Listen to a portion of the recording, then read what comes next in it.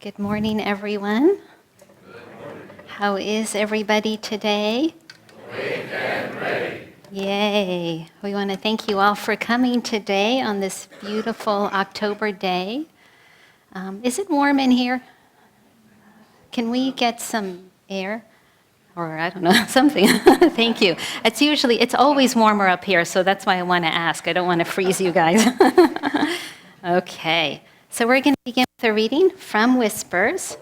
And what number shall it be? Let's see. Number 217. Imagine that. So this is a beautiful prayer that Yogananda received after a great test of God. So let's just take a moment and close our eyes and just feel for these words.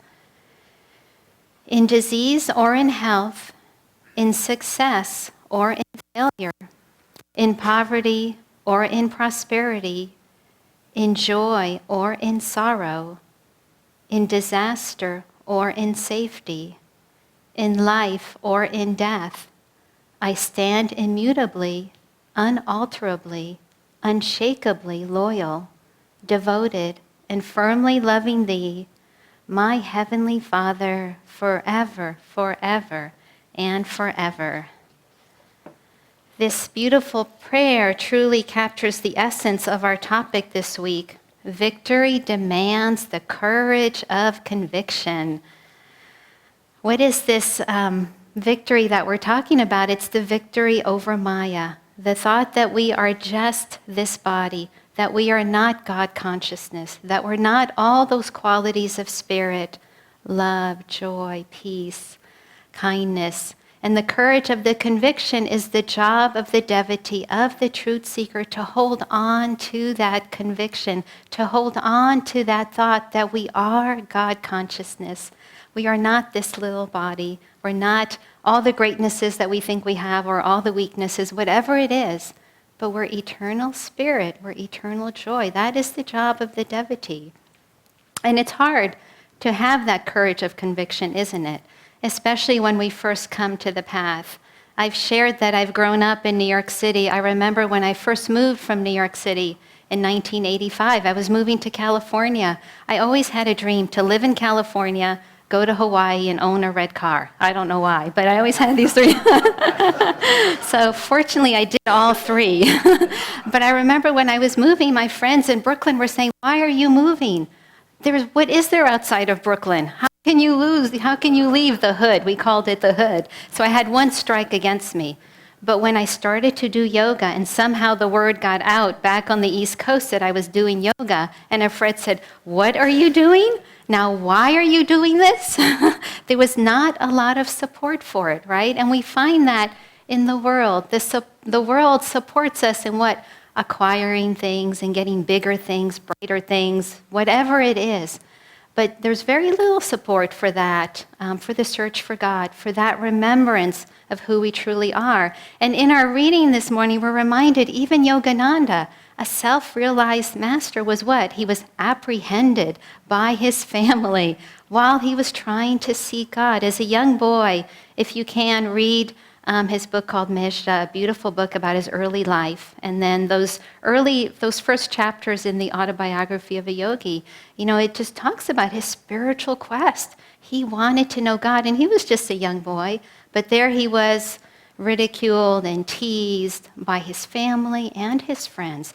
But what happened? Yogananda had that courage of conviction. Nothing was going to stop him from seeking God.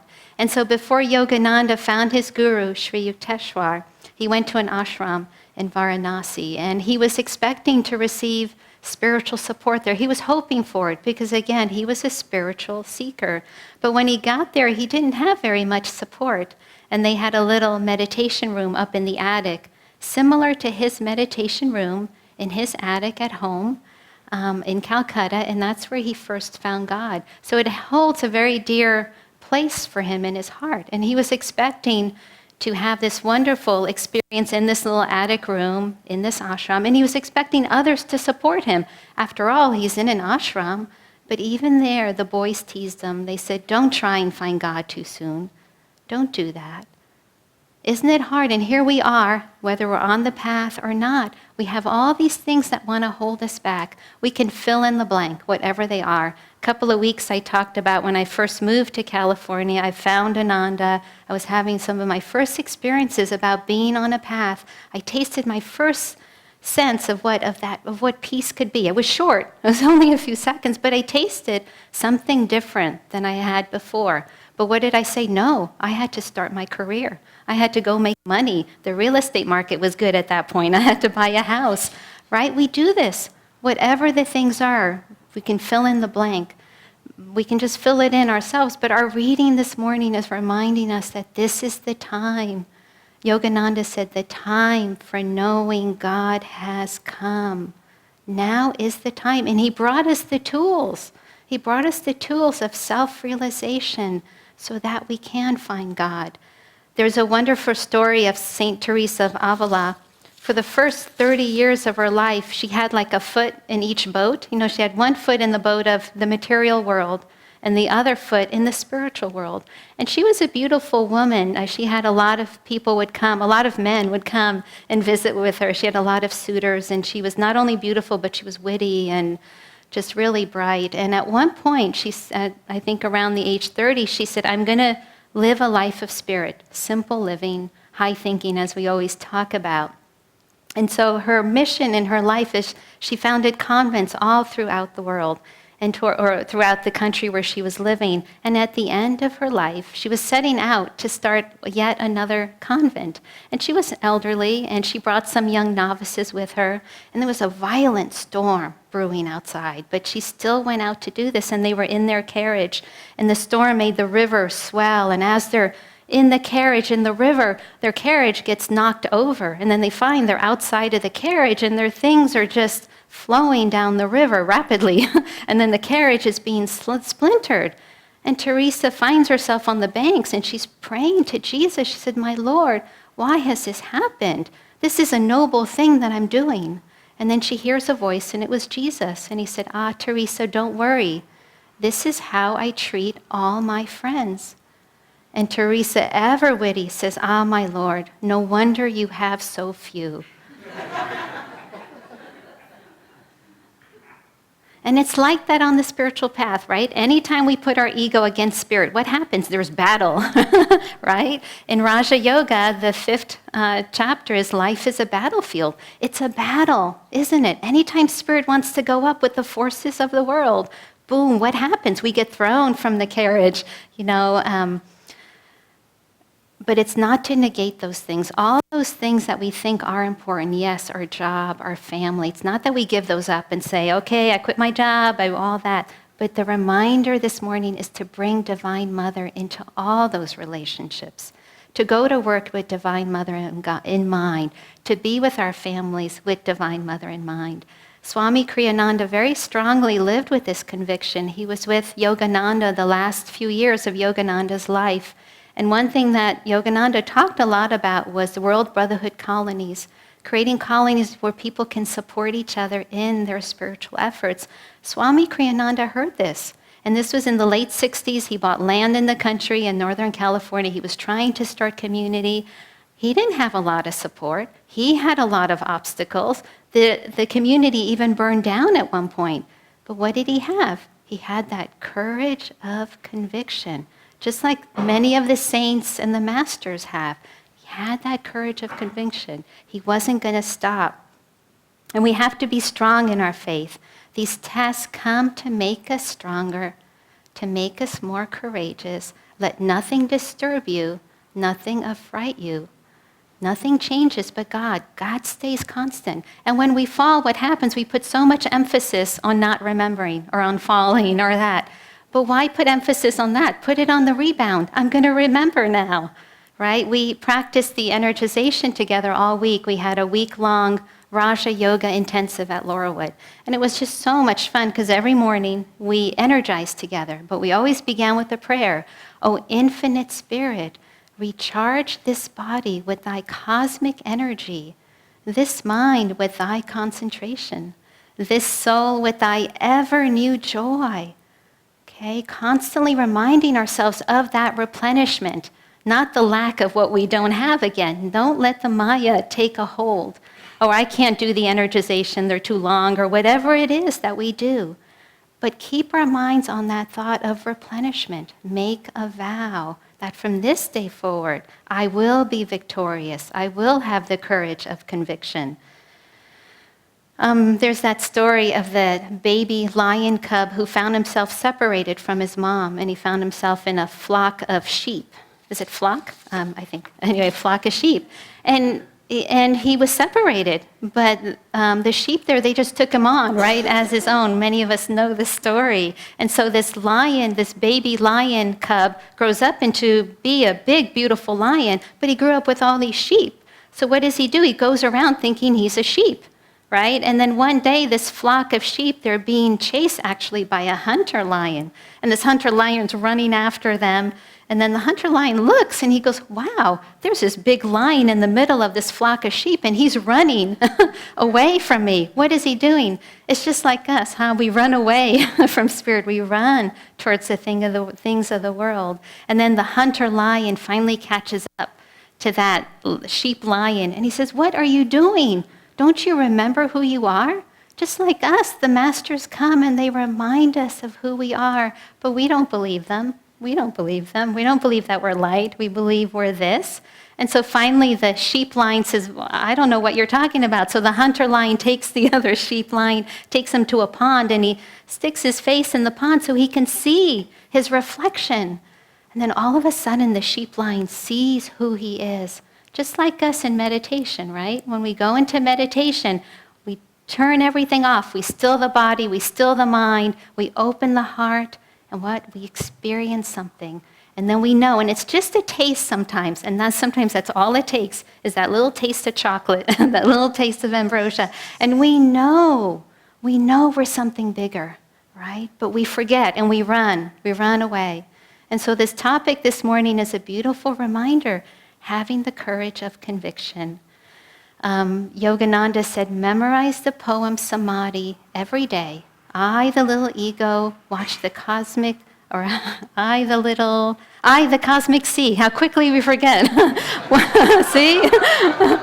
We need reminders. Watch the little ego floating in me, okay? We have all these tools. We have all these reminders. The masters come to remind us of that. Take advantage of environment in a good way. Don't negate all the responsibilities in front of you. They're there for you to grow through them. But bring Divine Mother into everything you do. Remembering Divine Mother, remembering God's love. Do all your practices as if, what if you did the energization as if that cosmic energy was flowing through you? It's not just imagine it's flowing in through the medulla and you're tensing and relaxing different body parts. You are cosmic energy. What if we meditated as if we are that peace and we did that Kriya with so much energy that we would, if we lived our lives like that, we truly would be victorious. So let's be victorious together. Let's have the courage and roar like a lion. So God bless you all. I think Diva will also share.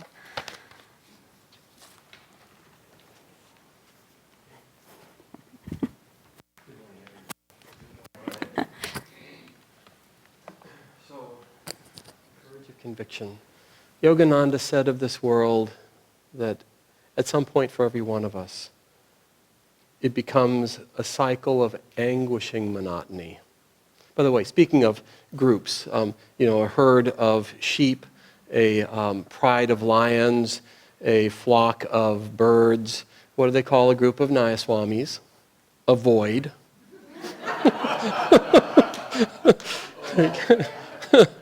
Okay.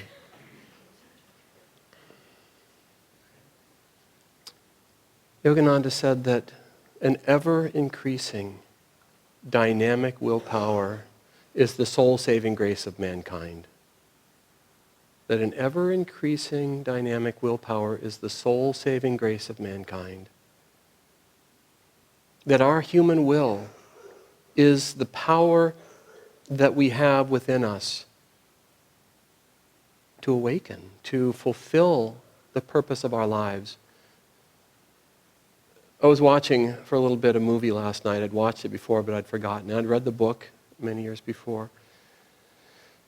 and I'm going to actually tell the story kind of backward, because about 20 years ago, I was reading, somebody passed me a Reader's Digest, and I was reading an autobiographical story of a mountain climber who was on the side of some I think it was Himalayas this time, and he was having a remarkable climb. They were doing something that was unprecedented, and all of his will was engaged, and they were cutting new water. They were doing something that was so profound for him, and in mountaineering annals, it was a great thing.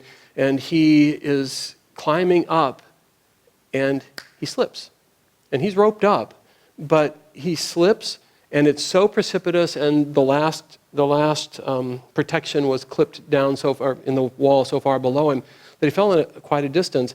And as he landed on his feet like this, and the impact was so strong that it snapped both of his femurs. Both of his legs broke, just like that. And here he is in the middle of the Himalayas on an ascent, and all of a sudden, the very things that he's using to survive and do what he's doing is gone, all his tools, not to mention the pain and stuff. And I'm reading this, and he's telling it autobiographically. So, of course, he survived somehow. And the rest of the story is the arduous journey of trying to find out how to survive. And I thought, God, what a story. And I thought, the style of the prose reminds me of this other book.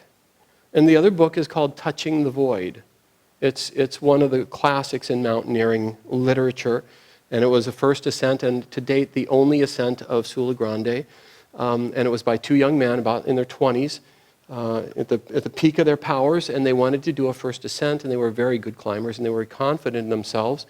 And they're going up, and it's just the two of them, and the access to the mountain is many miles away from any habitation. They've got some guy they hijacked to come and sit their stuff while they're on the mountain.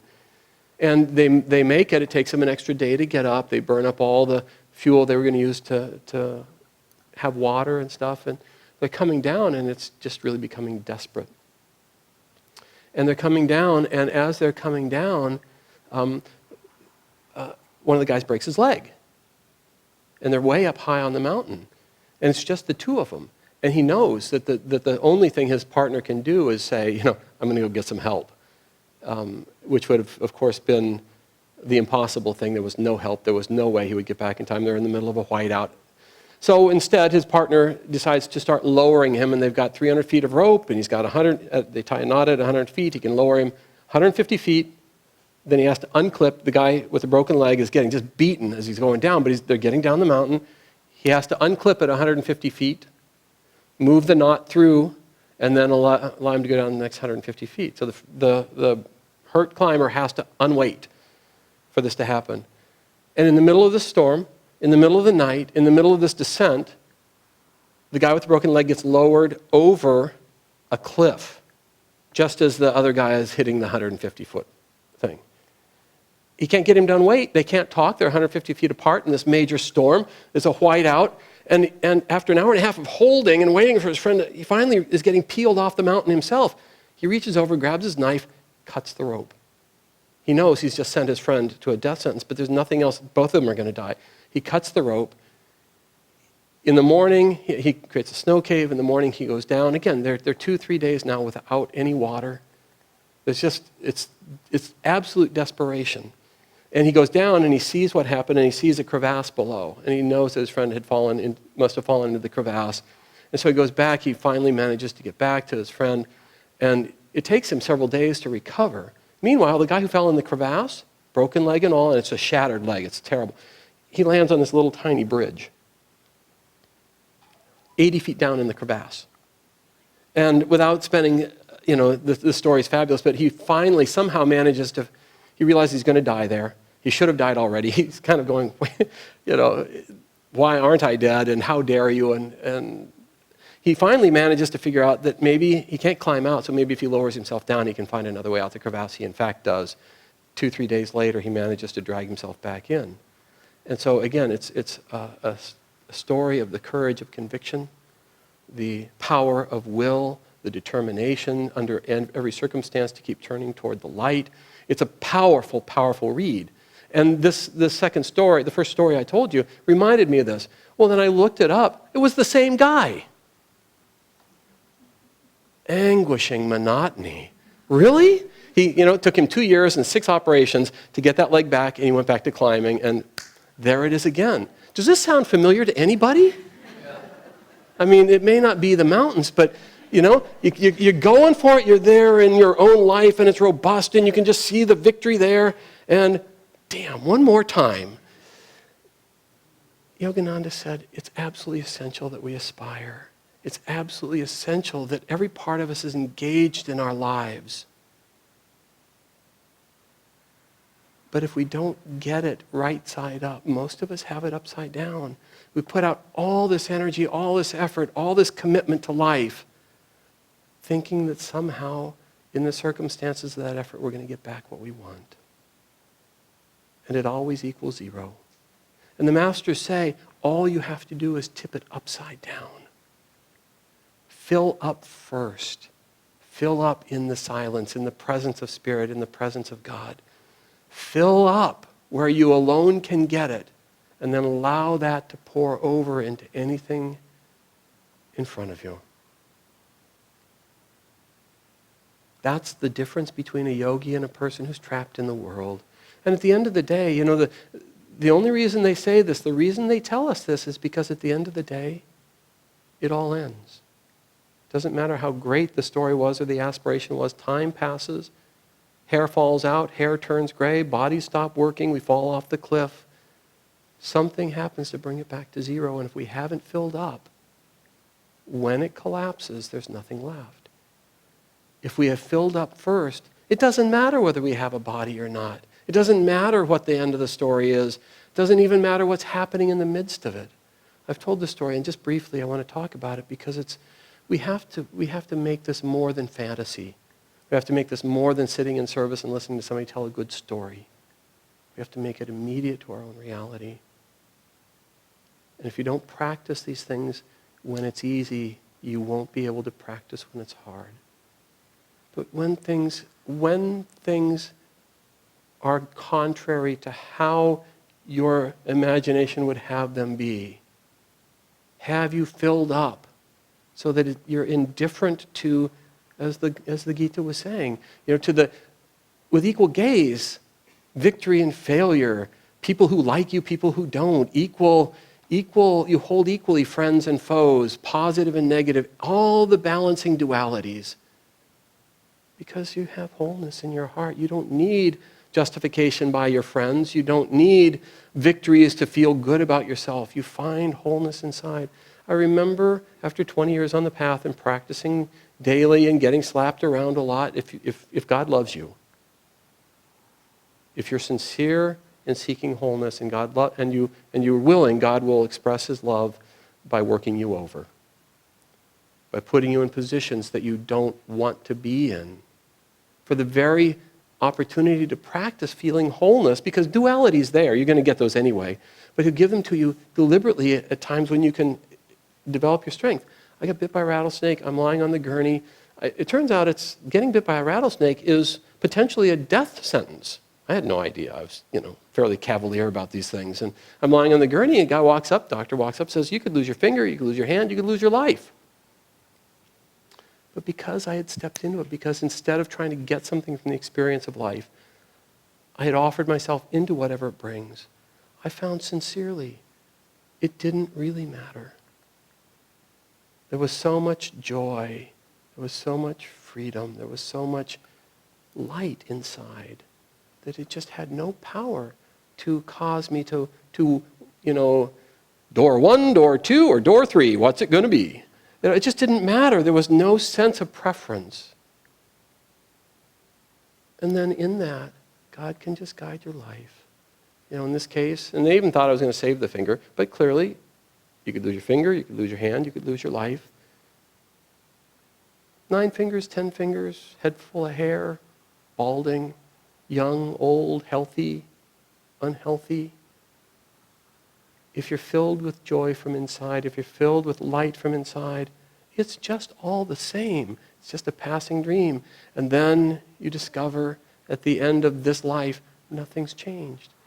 The masters say that when we reach the end of life, and we pass out of this mortal coil, this physical body, the final exam of this life. They say for those who have lived a God-centered life, a life not of, I like God, I serve God. By the way, one master note, or one wise person noted that so many people want to serve God, but mostly in an advisory capacity.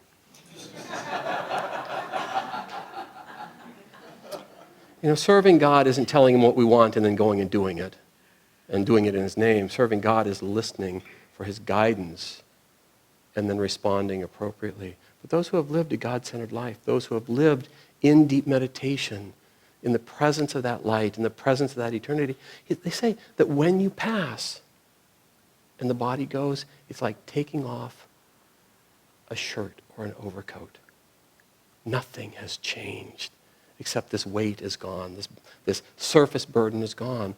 But who you are remains unchanged. And the freedom of your soul, no birth, no death, no caste have I. Father, mother have I none. I am he, I am he. Blessed Spirit, I am he. Let's take a moment, please.